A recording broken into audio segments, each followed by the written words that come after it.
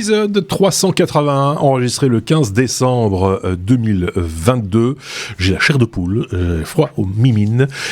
C'est 2 saisons, voulez-vous, c'est comme ça. On est avec cette semaine d'un côté la Suisse, et il fait moins froid en Suisse qu'à Bruxelles pour l'instant. C'est ça qui est drôle. Par contre, c'est le grand froid en Thaïlande. David est avec nous depuis Bangkok. David, fais-nous peur. Les températures sont descendues, des températures extrêmement basses pour la saison. Vous êtes descendu à quelle température à Bangkok ? Il fait 23 là pour l'instant, quasiment 3h du mat. Ah là là, 23 degrés à 3h du mat. Ouh. Remets vite une bûche dans l'âtre. Il a fait 21 hier. 21 oh merde. hier. Oh là. Carrément. Attention. Non, mais voilà, chacun comprendra évidemment sa dimension, l'importance de cette information. Merci d'avoir choisi d'écouter un épisode de plus des Technos. Il y aura un bonus à la suite de cet épisode évidemment, parce qu'on le sait déjà, nos petits camarades ont plein de choses à dire, et donc il y aura un surplus qu'on mettra dans un bonus évidemment. Sans plus tarder, si vous le voulez bien, je vous propose d'attaquer notre abécédaire, puisque c'est ainsi que ça se passe chez nous. On a un abécédaire dans lequel il y a des news. Ce sont des news qui sont issues de la veille technologique de ces deux garnements, et on va voir ce qu'ils ont vu, lu, entendu, compris, et envie de vous échanger, vous partager. Je vais y arriver. Cette semaine. Ça commence avec la lettre A, ça c'est bien pour un abécédaire. La lettre A comme Amazon, David. Amazon qui veut la mort des codes barres. Les codes barres se barrent chez Amazon.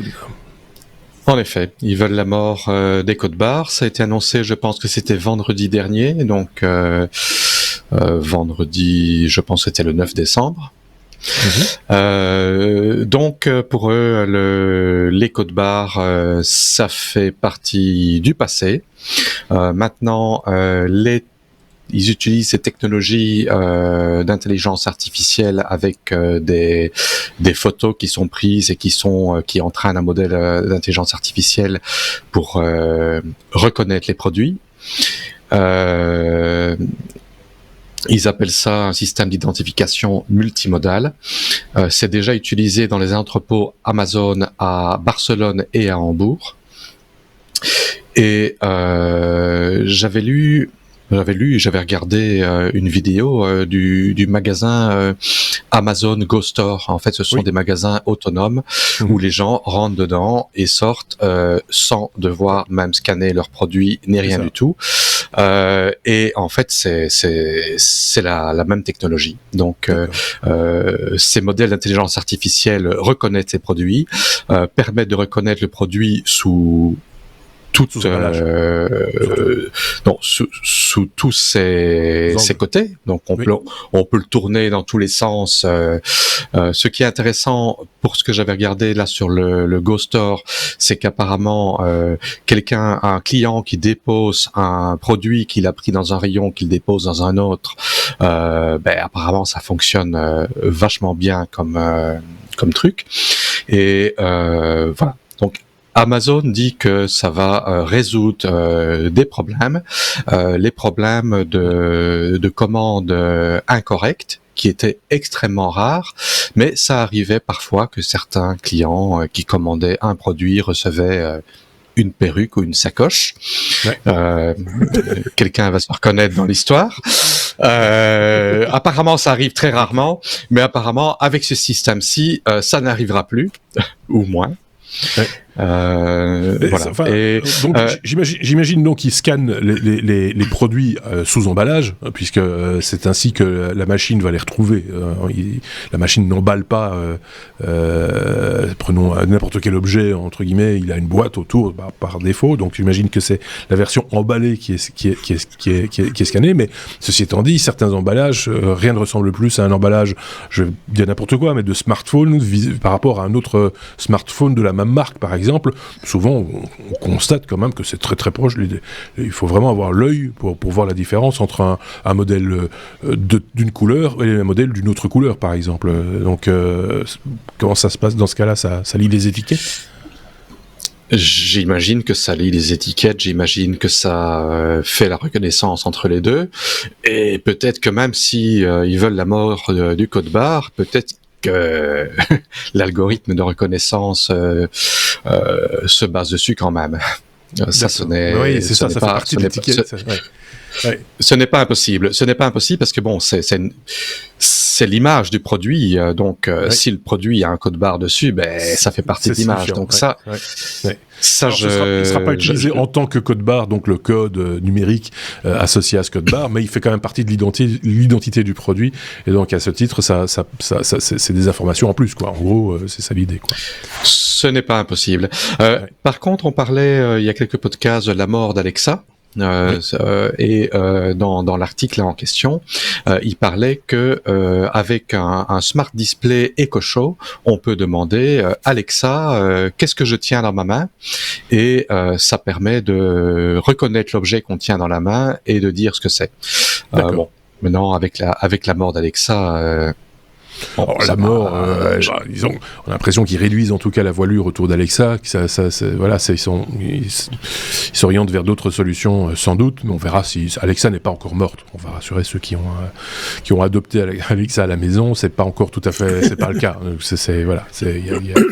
C'est juste que forcément pour l'instant, il y a peut-être d'autres technologies plus importantes, plus intéressantes, moins énergivores ou que sais-je. Enfin, voilà, c'est peut-être moins dans l'air du temps et plus rentable. Et sans doute plus rentable aussi, parce qu'effectivement, ce sont des technologies, pour le coup, Alexa, apparemment, ce ne serait pas totalement rentable par ailleurs. Je ne sais pas si Thierry a une opinion par rapport à cette histoire de code barre, déjà. Est-ce que c'est vraiment gênant, le code barre ? Est-ce qu'il faut... Non, je comprends la démarche d'Amazon avec leur système de magasin où tu n'as rien besoin de faire, ça va dans la logique du truc. Par contre, oui, j'apprends quelque chose grâce à vous, que effectivement on peut se servir d'un Echo Show pour plus ou moins identifier quelque chose comme un objet. Je me réjouis de cette époque où on pourra faire toutes sortes de choses sans interface, standardisée, sans devoir passer par des process qui nous obligent à faire les choses pour qu'elles soient mieux gérées de l'autre côté. Finalement, ça fait rêver. Finalement, c'est comme c'est comme la reconnaissance faciale, hein, c'est le même principe. C'est trouver des spécificités dans l'image et en déduire une identité.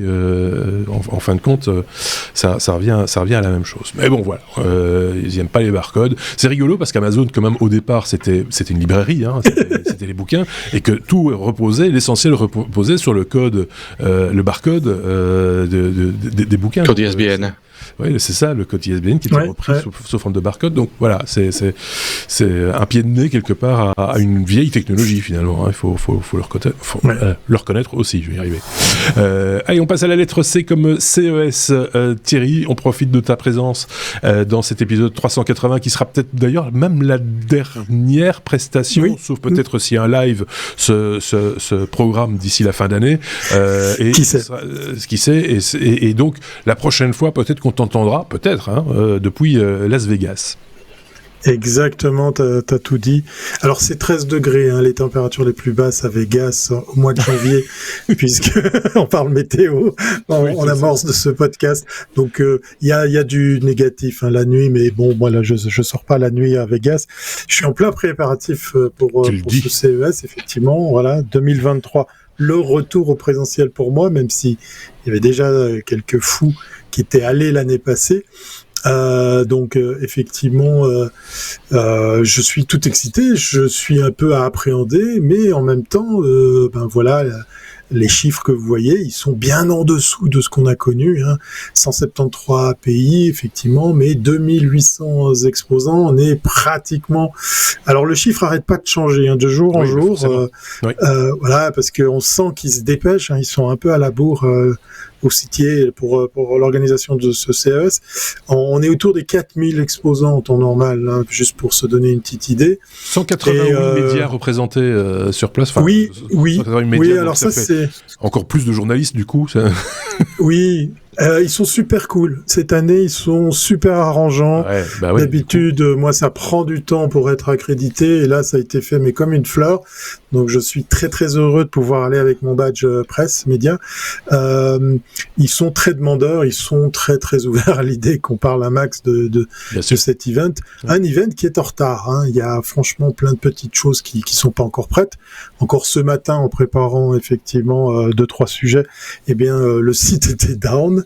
Il y a toujours pas l'application mobile pour l'utiliser de façon très pratique. Moi, je l'aime bien, cette app dédiée au CES pour se balader, pour repérer des stands avec de la géoloc in-house, donc dans les murs. Mais c'est pas que la seule particularité de cette app. Et puis, je me devais de parler du CES parce que le CES a décidé, tenez-vous bien, de mettre l'accent et le coup de projecteur sur un pays, la Belgique.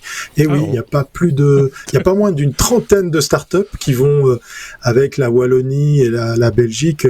Je ne sais pas s'il y a toutes les régions de Belgique qui sont représentées, mais en tout cas, on parle de Wallonie, on parle de la Belgique en général. Et le CES s'est fait forte de dire, tiens, nous, on est très heureux de mettre un coup de projecteur à cette délégation belge qui sera présente, comme plein d'autres pays qu'on se fera fort d'aller rencontrer. Il y aura bien évidemment le pavillon suisse, hein, je me fais fort de jouer les chauvins de service.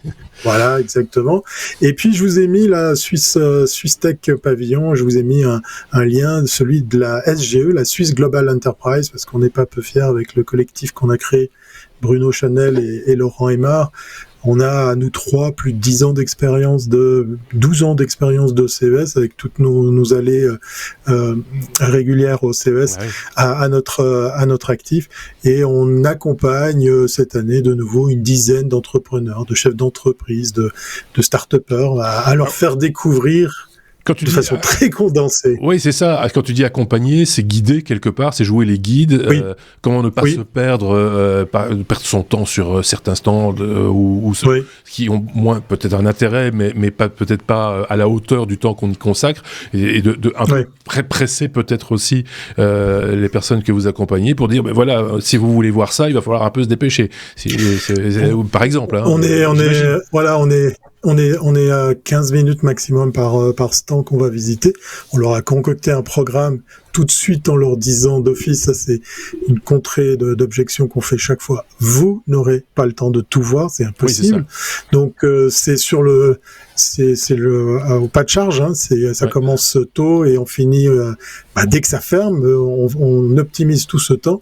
Moi je serai leur guide qui va comme ça leur parler dans leurs petites oreilles avec les petits récepteurs qu'on va leur équiper, et on va faire effectivement avec le petit drapeau une visite guidée, mais qui permet quand même l'interaction avec le parapluie, tu sais, mais qui va permettre comme ça de dialoguer avec des startups, des entreprises qu'on leur a identifiées, concoctées. J'imagine que, comme souvent, enfin toujours, le menu qui est concocté est au goût des personnes accompagnées. Ils ont certains profils et c'est en fonction de ces profils-là que le menu est, on imagine en tout cas, composé pour justement, si leur profil n'est pas vraiment intéressé par les lave-linges par exemple, inutile de passer par peut-être cette étape. Whirlpool et compagnie. Voilà, par exemple, on peut directement aller à l'essentiel et là où c'est vraiment intéressant, quoi. Finalement c'est ça un peu l'idée. Avec quand même des périodes de relaxation ou de très courte, quartier libre. Alors on leur donne une demi-journée de libre, et puis la deuxième journée, en fait, c'est une demi-journée qui sera et ça, je me réjouis de ramener pour les technos un maximum de sujets, puisque le nouveau salon de l'auto, c'est maintenant Las Vegas, c'est clair et net. Même Stellantis qui sera présent. Ah oui. Et à nos amis de BMW, de Mercedes, comme chaque année, j'ai envie de dire, mais qui sont de plus en plus présents. La zone a pris 15% de taille en plus. Donc, tout ce qui est automotive, véhicule, technologie, c'est devenu énorme. Il y a le nouveau bâtiment aussi, hein, la nouvelle aile du LVCC qui est maintenant accessible. Et tout se passe en grande partie là-bas. Et je vous ramènerai des images d'un Indy Challenge, je sais plus son petit nom, enfin bref, une course automobile autonome sur le circuit de Las Vegas. D'accord. Quand je dis le circuit, je veux dire les circuits, parce qu'il y a plusieurs tracks sur ce circuit qui est un petit peu en dehors de la ville, et on va voir des voitures qui se mesurent entre elles sans conducteur à bord. Du 5 au 8 janvier. Donc c'est dans 2 semaines, dans 3 semaines en gros, 3-4 semaines. C'est ça. Ce sera donc le CES, et donc vous l'avez compris, on ne parlera pas de tout le CES, on ne l'a jamais fait et on ne le fera jamais. Par contre, il y a des épiphénomènes, comme souvent lors du CES. On verra un petit peu quelles sont les tendances avec toi, Thierry, et éventuellement souvent les jours, les semaines qui suivent le CES, il reste toujours quelque chose du CES qui réapparaît, et on dit tiens, ça on l'avait présenté à l'époque du CES, et des fois on fait ça, et puis voilà. Je sais pas si David avait une question ou une réflexion à faire par rapport au CES. J'attends de voir ce que ça va donner cette année-ci, parce qu'avec la pandémie et les 2-3 dernières années, le CES n'était plus ce qu'il était. Il est un petit peu mort. Oui. Donc c'est, en quelque sorte, c'est un essai de redémarrage. Oui, c'est ça. Et cette ouverture à la presse, il ne faut pas se mentir aussi. On l'avait remarqué, je pense même que c'était l'édition précédente qui avait été boudée par des organes de presse, et pas des moindres américains, qui avaient dit, nous on n'ira pas, rien à dire, machin, etc. Et donc ça leur a certainement fait très très mal, et ça a fait très très mal également aux exposants. C'est clair. Donc là, c'est quand même le fond de commerce, c'est ça, c'est la communication. Et donc ils ont besoin de la presse pour vivre aussi, il faut le reconnaître. Ouais. Ok, Thierry, écoute, bon voyage. Salut, à bientôt. Salut, bonne année. Allez, on passe à la lettre C comme CPU. On change complètement de sujet. On va parler évidemment de composants informatiques, le CPU forcément. David, on parle de la Chine qui interdit l'export des CPU Lunson. Alors c'est ouais, c'est ça. De quelle architecture et de quoi s'agit-il? Ce sont des processeurs chinois, voilà. Donc évidemment, si c'est la Chine qui interdit l'exportation, ce sont des processeurs chinois en effet. Ouais. Donc l'architecture Lunson est apparemment une architecture de processeurs qui a l'air assez efficace et assez compétitif. En Chine. Chine qui est touchée par les interdictions d'importation de processeurs AMD, Intel, GPU, Nvidia, pour résumer, etc. Voilà. Il y a également la Russie qui est également touchée par les interdictions et la Chine, étant donné qu'ils ont besoin de leur CPU et qui voient là-dessus, qui voient dans leur CPU un point stratégique militaire, ont décidé d'interdire l'export vers la Russie et vers les autres pays. Je ne sais pas pourquoi ils mentionnent la Russie, vu que les autres pays sont concernés aussi. Donc ça veut dire interdiction d'export tout court. Oui, c'est ça, mais c'est politique, ça. C'est juste pour dire, regardez, on est... C'est politique. En fait, voilà. J'ai l'impression que pour l'instant, tous les pays sont en train... Enfin, tous les pays, il n'y a pas beaucoup de pays qui produisent des processeurs, mais tous ceux qui produisent des processeurs sont en train de dire...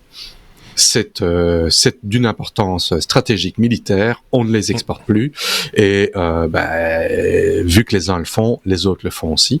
Oui. Donc voilà. Par contre, il est toujours possible pour qui veut acheter un système, un ordinateur basé sur le Lunson 3, donc le tout dernier modèle, le LS3A5000, sur AliExpress. Donc que vous soyez en Europe, que vous soyez en Thaïlande, que vous soyez n'importe où, on peut toujours en commander. Ouais. Et en fait, j'ai regardé par curiosité et en effet, je peux commander une carte mère avec un processeur, de la mémoire. Ça revient à peu près 1100 € pour avoir la carte mère avec 8 Go de RAM, 256 Go de SSD et 2 Go de mémoire vidéo. Ce qui est assez minable, je trouve. Enfin, oui, c'est ça. Voilà, enfin, c'est mon avis personnel. Machine bureautique, quoi. En gros, c'est pas avec ça qu'on va faire voler des mines. Ce sont des processeurs 16 cœurs, technologie 12-14 nanomètres. Bon, alors que maintenant, pour ce qui est des derniers processeurs Intel et les GPU Nvidia, on parle plutôt de 4-5 nanomètres, donc c'est pas la même technologie. On parle de 2 à 2,5 GHz, alors que la dernière génération de processeurs Intel monte à entre 5 et 6. Voilà. Donc, qu'est-ce qu'on fait tourner comme OS sur une machine avec ce type de processeur? On peut faire tourner Windows ou Non. C'est vraiment spécifique du coup. Non, c'est un système d'exploitation spécifique. C'est une architecture qui s'appelle Lung Arch. Ok. Lungson, Lung Arch. Et donc, c'est un système d'exploitation. J'ai lu le nom, Je crois que c'est chinois. Oui, évidemment. C'est chinois, mais c'est un nom assez. De toute façon, ce sera de toute façon pour nous, ce sera du chinois. Enfin, pour le coup. Oui. Voilà ce qu'on veut dire. Mais ce n'est pas du x86, donc ce n'est pas compatible Windows, ce n'est pas compatible Linux. Voilà. C'est vraiment quelque chose d'indépendant et de bien du coup bien fermé, bien bétonné, bien oui. C'est un peu ça que je vais peut-être pas me ruer sur AliExpress pour en acheter. Oui, c'est ça. À moins d'avoir envie d'une pièce de collection, peut-être, hein, tu vois, pour me t'amuser en disant tiens, ça existe. C'est un passionné comme David d'ailleurs, je suis certain qu'il en a déjà ouvert un juste pour voir ce qu'il y avait. Oui. C'est ouvert quoi? Ouvert un processeur, mais c'est ouvert la boîte du processeur pour voir ce qu'il y avait dedans, etc. J'imagine que tu as déjà mis ton nez là-dedans. T'es assez curieux que pour le faire. Ah ben j'ai déjà démonté des microcontrôleurs et des processeurs, oui. C'est-à-dire les faire chauffer pour extraire la puce silicium et la prendre en photo au microscope. Voilà. Ah oui. Évidemment, il fonctionne qu'après. Oui, c'est ça. Après, ça marche moins bien. Ça marche moins bien, mais quand même, tu récupères quelques informations au passage. Voilà. Donc, ok, on a appris un truc sur ce processeur qui donc n'est pas voué à être exporté. Thierry, on passe à la lettre F. Je dis Thierry parce que c'est son tour. Freeform. Quand Apple fait dans la copie tardive, Apple qui lance Freeform, donc une nouvelle app puissante conçue pour collaborer et brainstormer de manière créative. J'ai presque l'impression de faire l'article en lisant cette phrase. Oui. Ouais. Et vous savez que si c'est pas le cas, je vous le rappelle que je suis fan de la marque à la pomme, mais là, ça devient gonflant et ça devient gênant, puisque Freeform, c'est une app qui est arrivée sur nos smartphones iOS avec l'iOS 16 quelque chose. Moi, je suis en bêta, donc je vois arriver des trucs avant que ce soit stabilisé, mais en fait, dans le nouvel OS que vous devriez avoir sur des iPhones récents, en tout cas éligibles, vous devriez avoir vu cette petite icône de Freeform. Et c'est quoi Freeform? Eh bien, moi, je parle d'une copie qui arrive tardivement parce que ça me fait penser à Evernote, ça me fait penser aux outils Google, ça me fait penser à OneNote aussi, ça me fait penser à pléthore d'outils sur lesquels on peut poser des stickers, enfin des post-it, on peut gribouiller, on peut saisir du texte, on peut poser des photos, etc. Donc rien de neuf. Au niveau des fonctionnalités. Faut être très clair, ils mettent en avant... parce que quand on a l'image, évidemment, on comprend effectivement ce que tu dis. Ici, on est vraiment devant un tableau, en fait, sur lequel on peut un tableau poser Voilà, mais à plusieurs.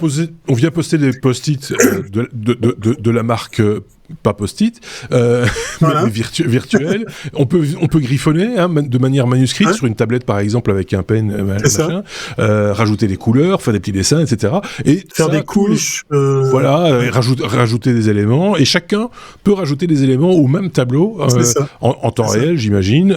Et donc c'est un tableau partagé, mais à distance. Du coup, voilà. Comme ça on comprend bien parce que voilà, j'avais peur. Oui, c'est vrai que j'oublie effectivement qu'il n'y a pas forcément l'image si vous nous écoutez.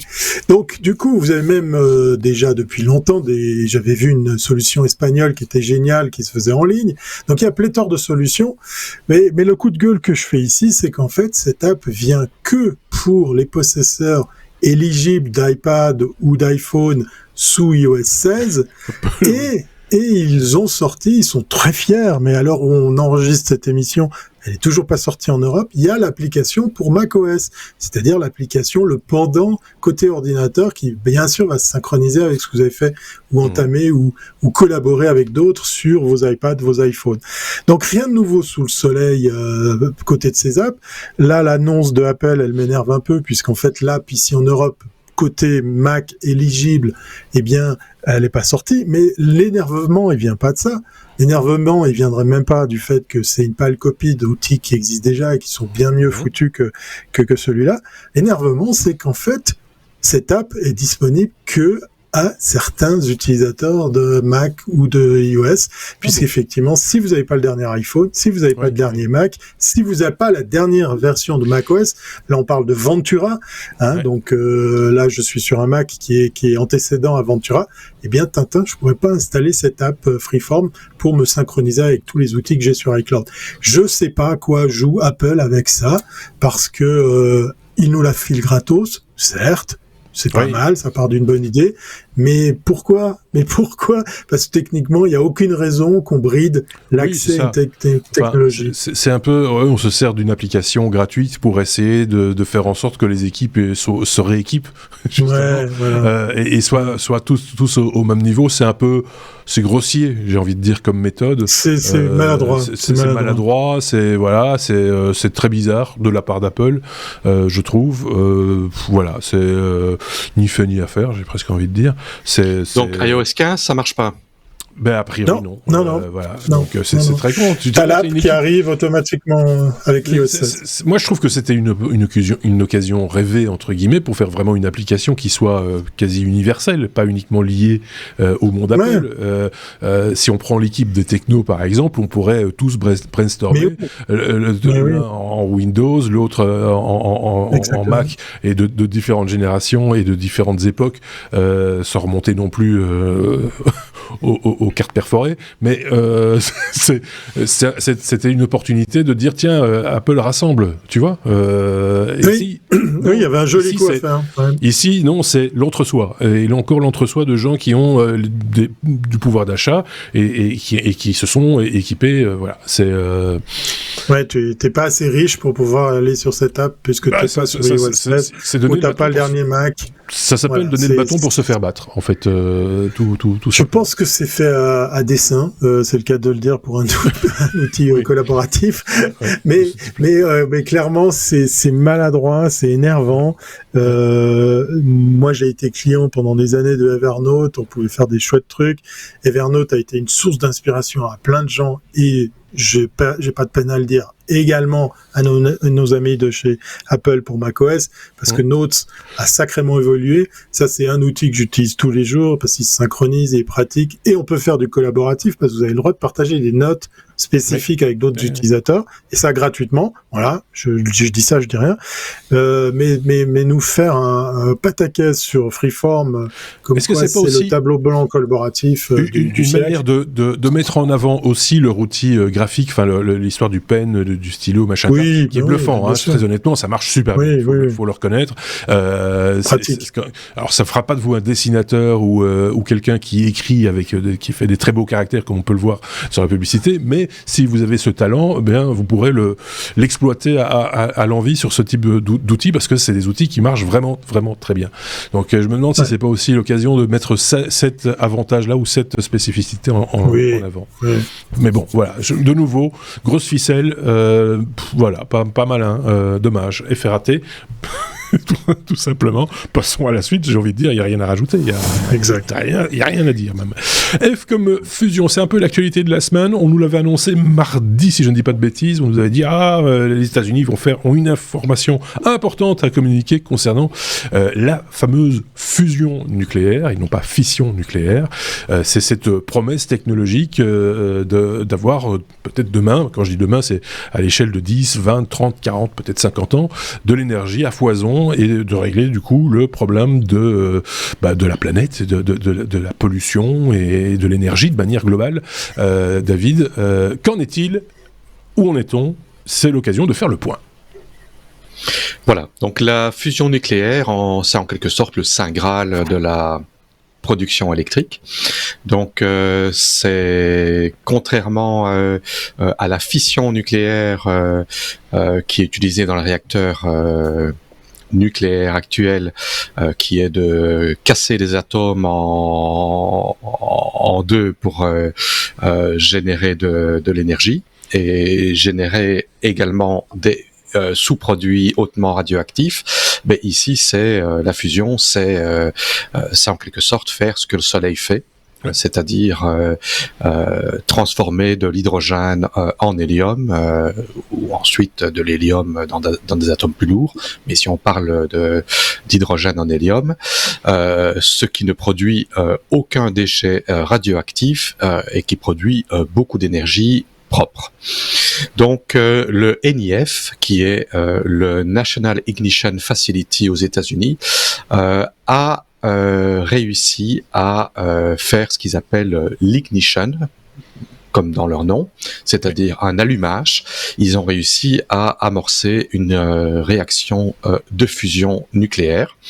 Donc pour ça, ils ont utilisé 192 lasers. Donc ils ont injecté 2,05 mégajoules sur un petit cylindre de la taille d'un petit pois vert, qui contenait de l'hydrogène sous forme de deutérium et de tritium. Donc ce sont des plasma en fait, c'est ça. Si je dis pas de bêtises. Non, pas plasma, non, ce sont des isotopes de l'hydrogène. Donc deutérium, tritium, c'est de l'hydrogène. Au lieu d'avoir un neutron, il y en a 2 ou il y en a 3. Et donc ils ont bombardé ce petit pois qui contenait un pellet gelé de deutérium et tritium. Le pellet s'est écrasé sur lui-même, la température est montée. Je n'ai pas lu la température, mais ils disent température comme dans le centre d'une étoile, et ils ont amorcé une réaction de fusion. J'ai peur de dire une bêtise, j'ai lu quelque part 100 000 degrés, c'est possible 100 000 degrés Celsius Oh non, c'est plutôt 100 millions, je dirais. Ah d'accord, ok, donc j'ai dit une bêtise. Ah oui. C'est une question de juste des zéros en plus, hein, ça compte pas les zéros.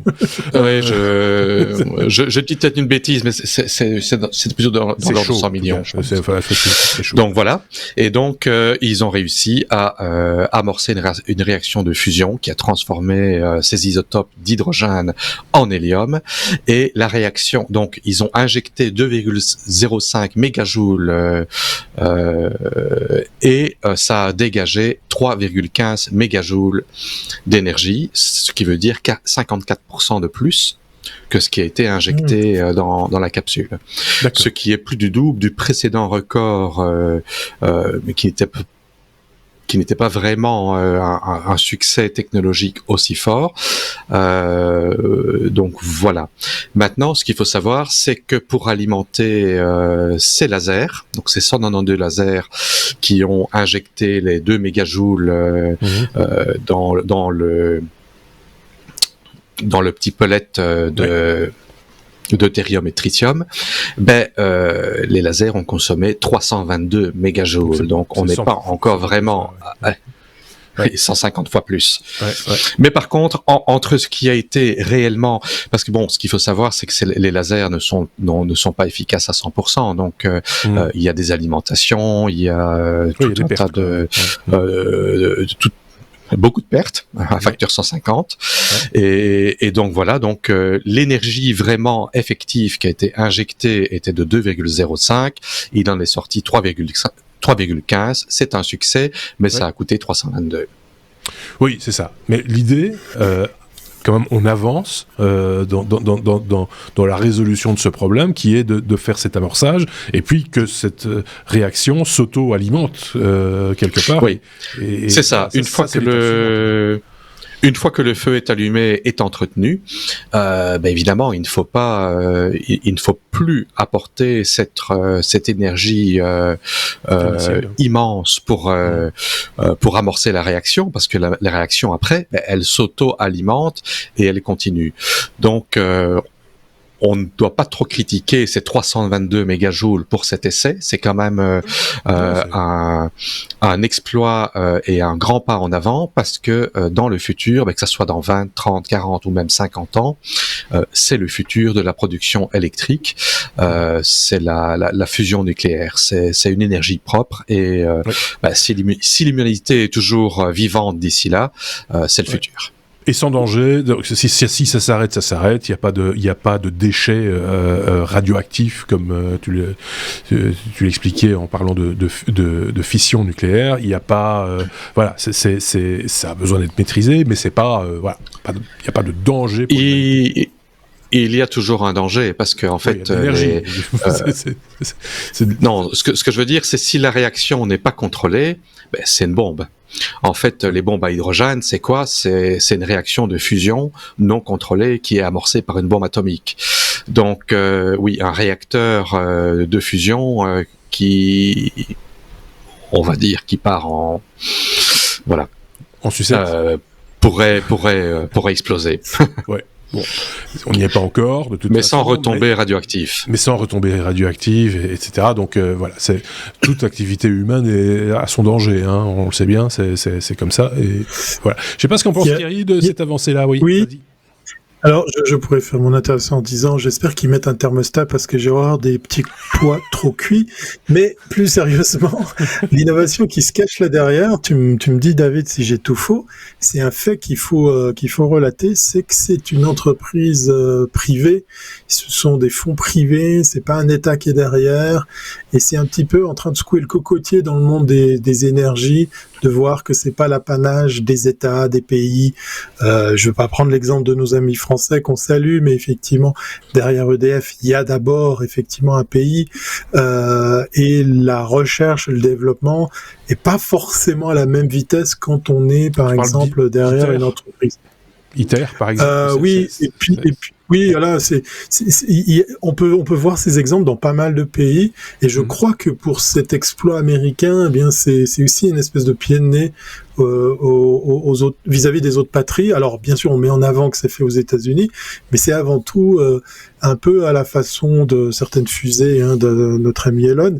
Ce sont des entreprises privées qui sont en train de bouger l'écosystème du monde de l'innovation, qui mettent des sous, qui osent chercher des choses. Et je crois que ça va aller plus vite que si effectivement c'était quelque chose d'étatisé, de nationalisé, parce que jusqu'à maintenant ça n'a pas été aussi vite. Le monde de la recherche. Ouais. On ne mettra pas de l'idée, Thierry et David, on ne mettra pas de l'idée qu'on est aussi dans une période un petit peu particulière où, un peu à l'exemple de ce qui se passait durant la guerre froide, on est devant de la musculation aussi technologique, de montrer ses biscottos et dire regardez ce que nous on arrive à faire avec un petit poids et 2-3 lasers, et vous êtes des nains, et puis voilà, c'est un petit peu ce qu'on disait aussi à propos des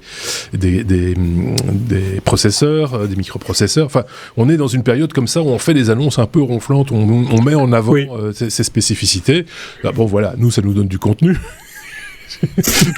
mais au-delà de ça, voilà, il ne faut pas se tromper non plus de message derrière. Il y a aussi cet aspect-là. Je crois qu'il y a du foot actuellement, donc c'est un peu aussi quelque chose qu'on peut, on peut tirer le parallèle avec les pays. Je suis d'accord avec Thierry, c'est que en effet, je trouve qu'il y a beaucoup d'innovations qui sont faites aujourd'hui avec des sociétés privées. Alors, bon, maintenant. Quand c'était en période de guerre, il y a beaucoup de technologies ont avancé très rapidement pour les besoins de la guerre. Mais aujourd'hui, c'est vrai que les dernières dizaines d'années, je trouve que tout ce qui est les organisations d'État des différents pays, c'est un peu attentiste. Ça semble devenu un peu du fonctionnariat et ça n'avançait pas.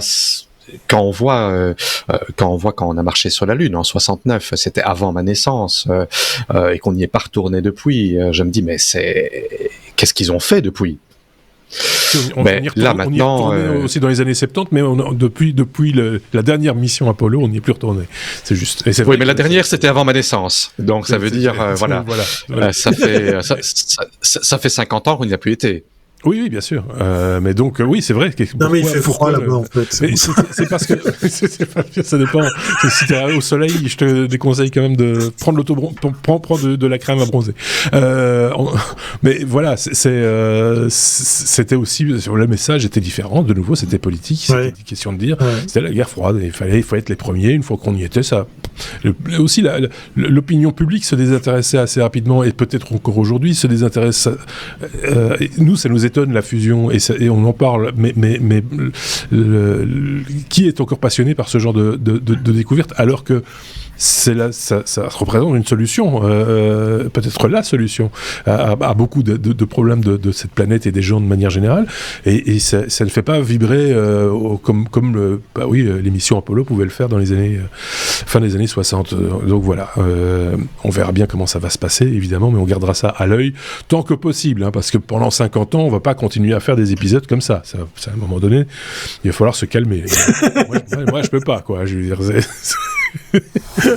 Passons à la lettre L, Thierry. Lensa AI, il y a de l'intelligence artificielle encore. On en parle énormément de l'intelligence artificielle pour l'instant, d'algorithmes, on va dire, hein, et de machine learning, etc., etc. Pour l'instant, c'est vraiment le sujet du moment. Et on a encore trouvé une application qui permet de faire des choses magnifiques, mais ça a un prix. Exactement. Alors c'est amusant parce que cette app existe depuis quelques années. Elle est disponible sur le store, sur vos mobiles depuis, je crois, 2018 ou pas si vieux que ça, mais elle fait parler d'elle ces temps-ci parce que si vous êtes allé retourner sur le truc qui s'appelle Facebook, là, le truc pour les vieux, où ça apparaît aussi de temps en temps sur LinkedIn, vous allez voir fleurir plein de nouvelles photos de profil de vos contacts à la sauce héroïque, Superman, cosmonaute, et j'en passe des meilleurs, puisqu'en fait, vous allez avec cette app donner votre visage. Et je vous ai sorti un autre exemple, c'est une journaliste, je reviens après tout de suite pour vous en parler, ça c'est les travers de l'app, un des travers de l'app. Donc cette app va engranger quelques-unes de vos photos, va vous demander comment vous voulez qu'il les ressource, hein, et puis en gros, il va faire une image très belle, très léchée de vous en cosmonaute, en super-héros. Il y a des très belles choses, hein, vraiment, ça met en valeur. C'est un travail de retouche, mais derrière c'est qu'une IA qui fait ça et qui va comme ça, vous refaire le portrait à la sauce X ou Y. C'est très flatteur, c'est très beau, c'est clinquant. Mais voilà, il y a un travers. Le premier travers, c'est qu'en fait, c'est une application russe et qui a des conditions générales d'utilisation que personne lit et personne va lire. Moi, je me suis interdit d'installer cette app parce que, en gros, vous allez avoir votre image qui vous appartient plus et qui va servir à toutes sortes d'usages. Alors, en premier, c'est que votre photo ou vos photos vont atterrir sur leur serveur, mais la société se permet de vous dire qu'ils feront ce qu'ils veulent avec ça. C'est clairement dit dans les conditions générales d'utilisation que personne va lire. Donc vous allez avoir votre bouille sur toutes sortes de sites, sur toutes sortes d'usages. On va peut-être avoir le même phénomène qu'il y avait eu avec Flickr, qui avait été pompé comme ça par IBM pour faire de la reco de visage pour toutes sortes d'usages. Et puis le deuxième travers, c'est les écrans qu'on a vus juste avant pour ceux qui regardent ce podcast en vidéo. Eh bien, c'est quand vous êtes une femme, c'est super sexiste puisque le logiciel là oublie de vous faire revêtir les vêtements d'une super-héroïne, d'une cosmonaute ou quoi que ce soit. Vous êtes plus dans le truc un peu limite dénudé. C'est une journaliste très sexualisée, quoi. Très sexualisée. Elle s'est interdit de publier toutes les photos qu'elle a faites. Alors elle est franco-eurasienne, elle est franco-asiatique et donc du coup l'algorithme se dit tiens, c'est une héroïne de manga et je vais te la mettre à la sauce super sexualisée.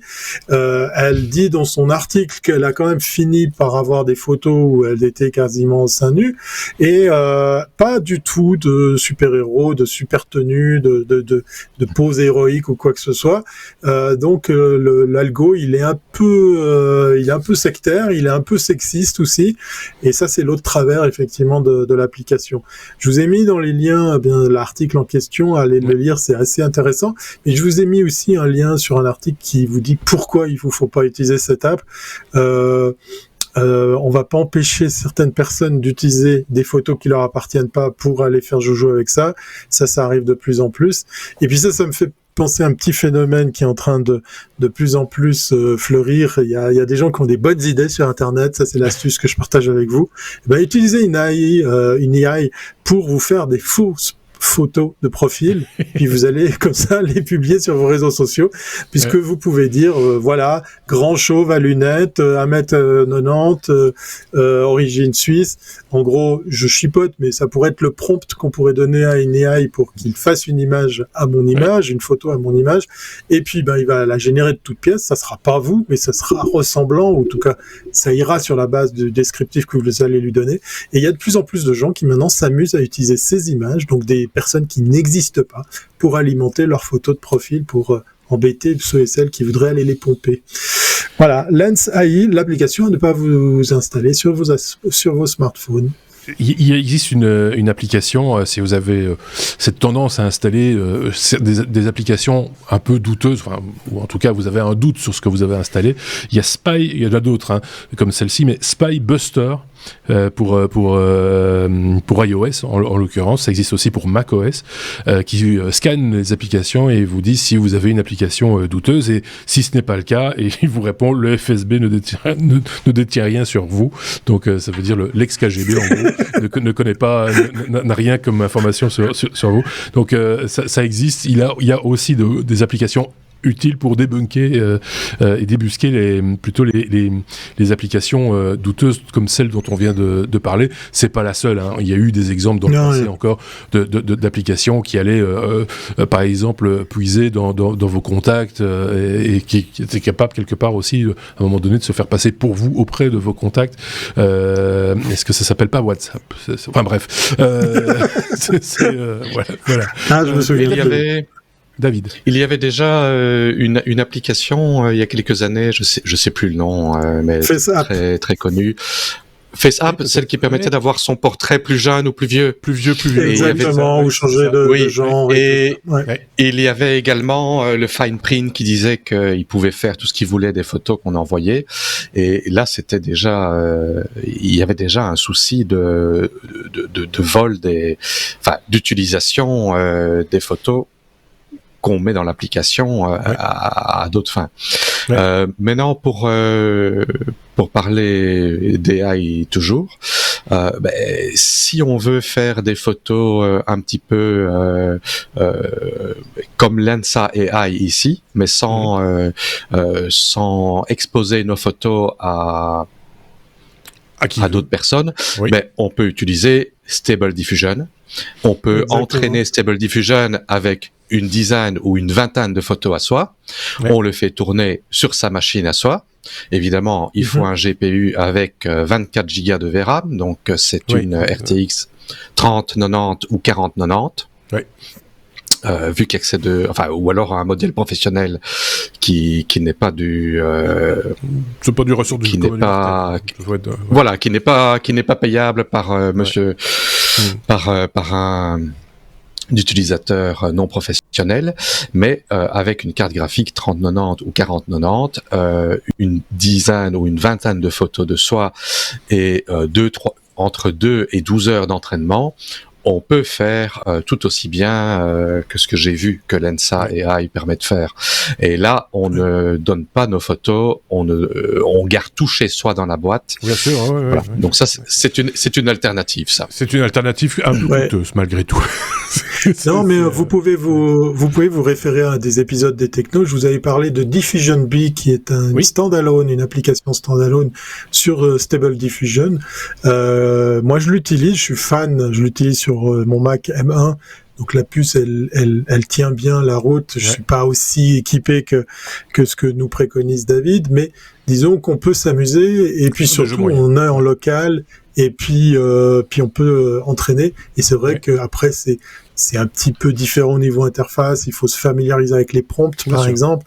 Donc mais ça amène des résultats assez bluffants, assez intéressants et puis sans risque.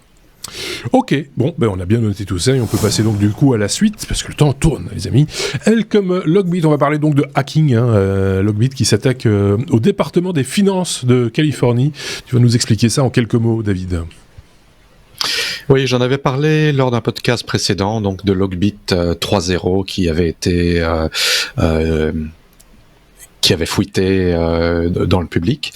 Logbit est toujours bien actif et donc le département des finances de Californie a été hacké par ce malware. 75 gigas de données confidentielles ont été volées, 246 000 fichiers qui contiennent des données confidentielles, des documents financiers, des certifications, des documents légaux, y compris des dossiers de crimes sexuels, des documents de tribunaux, des dossiers IT. Donc apparemment le département des finances, il n'y a pas que les finances qui sont dedans. Et ils ont mis un ultimatum au 24 décembre, avant la publication des fichiers au grand public, si la rançon n'est pas payée. Maintenant, mais ce qui fait peur, c'est que c'est la Californie, mais ça aurait pu être n'importe quel État, ça aurait pu être n'importe quel pays. Ça veut dire que les gouvernements ne sont pas à l'abri de se faire pirater. Ça veut dire que toutes nos informations privées, toute notre vie, nos casiers judiciaires, nos dettes, tout ce qu'il y a de possible sont à la merci des premiers hackers venus. On va pas dire des premiers hackers venus, mais des hackers de ce calibre ciblent des gouvernements et malheureusement c'est de plus en plus fréquent. Et une fois que ces données sont divulguées sur le web, parce que si la rançon n'est pas payée, elles sont divulguées, et si la rançon est payée, rien ne dit qu'elles ne seront pas divulguées quand même. Bien sûr. On en a parlé sur le dark web. On en a parlé la semaine dernière justement avec entre autres Sébastien, avec effectivement le fait qu'il y a des assurances pour ça qui sont là pour assurer les frais liés justement à un hacking de grande envergure, mais aussi éventuellement pour payer l'amende, ce qui est un très mauvais signal à mon sens.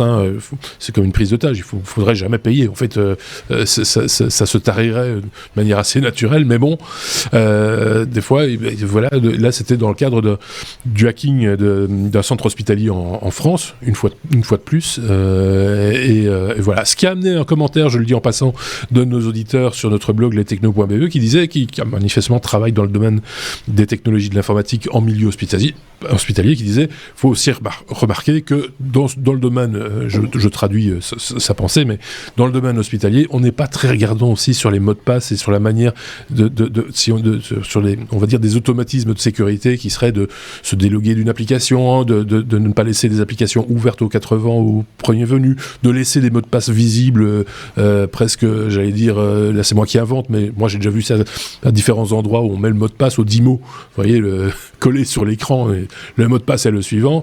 Évidemment, ça c'est la porte ouverte à toutes les fantaisies, on va dire, diverses et variées, et aux plus dangereuses également, dont le hacking de grande envergure. Donc si déjà il n'y a pas de prise de conscience de cet aspect sécuritaire, forcément ça va se répéter, ça risque de se répéter. Je dis pas que ces gens sont les premiers responsables de leurs problèmes, c'est pas ce que je dis, mais il faut à un moment donné, comme on a pris l'habitude de fermer sa porte à clé, là c'est pareil, il faut prendre les bonnes habitudes, malheureusement, parce que le monde est ainsi fait que tout le monde n'est pas des gentils. Voilà. Mais ça fait vraiment peur, c'est que on parlait justement de ce Logbit qui avait été dont la source avait été distribué par un employé qui était mécontent, et c'est moi qui en avais parlé justement, et j'avais dit peut-être que ça va permettre aux sociétés de sécurité de pouvoir contrer, mais apparemment non. C'est toujours très efficace, et bon, un hacking de cette envergure, bon, non seulement il y a l'aspect où oui, il y a une rançon qui est demandée à une société, à un gouvernement, à un département des finances ou quoi, mais le problème derrière, c'est que ces données en elles-mêmes, elles sont de toute façon dans de mauvaises mains. Oui. Même si la rançon est payée, qui est-ce qui dit que ces données vont pas être utilisées pour faire du, comment dire, des arnaques vraiment ciblées, et ça, j'ai lu pas mal d'articles là-dessus. C'est de plus en plus fréquent, des arnaques qui sont vraiment très ciblées, dont du chantage. On envoie un email de chantage, oui, mais en donnant toutes des informations réelles. Donc, ce n'est pas l'email qu'on reçoit. Oui, c'est pas le phishing classique. On sait que vous avez tous les jours. On vous a vu sur le site machin strophe parce qu'on a activé votre caméra et machin, etc. Enfin, oui, on a activé votre caméra et on a capturé votre écran. Et si tu me donnes pas 1200 € en Bitcoin, je vais envoyer ça à tous tes amis, à toute sa famille. Oui, c'est ça. Non, ici c'est nettement plus délicat. C'est qu'ici ils vont vraiment dans les petits détails, et voilà, ça permet de faire du truc très ciblé. Ouais. C'est pas rassurant, on l'a dit. J'ai presque envie de vous dire maintenant, vous qui nous écoutez, soyez prudents, mais en même temps, jusqu'où doit-on être prudent et jusqu'où nous pouvons être prudents à la place d'autres qui sont supposés nous protéger. C'est toujours ça aussi le problème. Allez, on achève cet épisode, si vous le voulez bien, non pas avec la lettre W, vous le savez, régulièrement on a ce qu'on appelle des oui mais non, qui sont des informations un peu improbables, même totalement improbables, mais technologiques, mais improbables. Aujourd'hui, il n'y en a pas. Voilà, on a la lettre R comme rétrospective, Thierry. Alors il nous reste peu de temps, quelques minutes pour pas faire une rétrospective de toute l'année, mais tu avais quand même envie d'épingler 2-3 petites choses, me semble-t-il, sur cette année 2022. Je fais le titre à clic, puisqu'en fait, je vais pas faire de rétrospective, je vais me marrer, je vais me moquer des rétrospectives ou des prédictions. Voilà. Dans les liens que vous trouverez en descriptif de cet épisode, vous allez tomber sur des articles qui datent de fin de l'année passée ou début de cette année, et c'était les prédictions pour cette année 2022, et moi je m'amuse parce que une de ces prédictions, on en a soupé, on en a entendu à toutes les sauces, on en a parlé de long en large, c'est le métavers. Donc c'est une des tendances qu'on nous avait promises, et puis on voit qu'effectivement on est loin du compte. Vous verrez de temps en temps peut-être le logo du CES, parce que c'est aussi le rendez-vous des prédictions, des trends, pour parler en bon français. On nous avait parlé télétravail, alors ça, on enfonçait une porte ouverte, puisqu'effectivement on sort de 2 ans de télétravail un petit peu forcé pour ceux qui pouvaient le pratiquer. On nous avait parlé de cloud, alors c'est clairement quelque chose là pour le coup qui est vraiment dans la cible, parce qu'on voit fleurir de nouvelles offres, de nouveaux acteurs. Il y a pas mal de monde qui se lance justement dans le SAS, dans le cloud, dans le déporté, dans le cloud. Il y avait quelqu'un qui disait c'est l'ordinateur de quelqu'un d'autre. C'est assez amusant, mais on est un peu aussi dans ça. Et l'intelligence artificielle. Là, je pense que pour les rares qui avaient prévu ça, ils sont dans le juste, parce que là on est en train de vivre un tournant assez important avec les usages qu'on peut en faire, puisque que ce soit pour rédiger un article de blog, que ce soit pour, comme on le disait, générer une image de soi en cosmonaute à partir d'une photo, ou que ce soit simplement une AI qui pourra nous servir à détrôner peut-être le moteur de recherche de Google pour mieux se servir d'internet, on est en plein dedans, et je pense que ce sont que les prémices. Donc je vais pas m'amuser à prédire ce que sera 2023, mais 2022 est le début de quelque chose. On va laisser tomber, comme je le disais, métavers, parce que à part dans le monde de la formation, on voit que y a pas tout le monde qui est chaud bouillant pour s'y lancer. Et puis juste petite parenthèse pour l'IA, moi qui suis très critique d'un Microsoft à longueur d'année, je trouve que là, ils sont en train de faire très fort, puisque c'est un des investisseurs d'OpenAI, qui fait parler d'elle avec, par exemple, le chat sur lequel vous pouvez faire joujou avec GPT 4, et puis il y a le 5 qui va bientôt sortir. Pour l'avoir testé, on en parlait avec Marc tout à l'heure, c'est juste bluffant, c'est juste incroyable, c'est juste excitant. Si vous nous suivez sur Twitter ou sur Mastodon, on partage, vous le savez, notre veille technologique. Et j'ai partagé un article de blog, une fois n'est pas coutume, de quelqu'un qui a fait l'interview de l'AI en question, et les réponses, parce que c'est assez rigolo, parce que les réponses sont très très sensées, très j'allais dire réfléchies, c'est pas le mot, mais très documentées, on va dire, parce que c'est le but, c'est très posé, et les questions, évidemment, la force et la pertinence des questions, et les réponses qu'ils donnent, ça donne aussi les contours des limites de la fonctionnalité, mais en même temps, ça tient debout du début à la fin, et c'est assez bluffant. Vous le retrouverez certainement en cherchant un petit peu parmi les tweets ou les poètes, sur Mastodon on dit des poètes, qu'on a publié ces dernières semaines. Ce que j'aime bien, c'est dans un des articles que tu me partages, parmi les prévisions, il y avait la pénurie des composants. Oui. Ce qui est le cas, en fait, parce que voilà, c'était au mois de janvier. Mais pour d'autres raisons. Attention à la pénurie des composants. Et juste pour l'anecdote, comme ça, pour terminer cet épisode, si vous le voulez bien, j'ai une toute petite anecdote. C'est que j'attends une carte, c'est pour ma carte de repas, en fait, bêtement, qui arrive à échéance, et je dois en recevoir une nouvelle pour janvier. Et la société, dont le nom commence par SOD et termine par Exco, nous a dit, pour poursuivre votre carte pendant 1 an, parce que il y a un problème de puce électronique, et donc on peut pas vous faire une nouvelle carte maintenant, donc on va vous en faire une au 31 décembre 2023. Je trouvais ça très amusant, parce que finalement, s'imagine si c'était une banque, donc on vous dit non, on peut pas vous donner une nouvelle carte de banque, monsieur, parce qu'il y a un problème de puce. C'est un petit peu bizarre, personnellement. Je pense que c'est un problème de coût de la puce, ça c'est autre chose. Oui, ça c'est autre chose. On arrive au bout de cet épisode de 380 déjà, rendez-vous compte. Rendez-vous compte. On a encore plein de trucs à dire, à lire, évidemment, et donc on va le faire, mais dans un bonus qui ne durera que 15 minutes, mais il sera dense, et ce sera toujours avec ces 2 petits camarades de jeu, donc n'hésitez pas à écouter également le bonus dès que vous en avez l'opportunité. Dans l'immédiat, si vous pouvez partager nos contenus avec vos amis via les réseaux sociaux, ça nous ferait plaisir. Ça fait du bien à l'ego. et tant mieux. Un petit dicton pour terminer. Ça fait longtemps que j'ai pas mis une petite citation. Allez. Une petite citation. Apprendre sans réfléchir est vain. Réfléchir sans apprendre est dangereux. C'est Confucius qui, paraît-il, a dit ça. Mais on peut donner à Confucius toutes les maximes et les citations que l'on veut.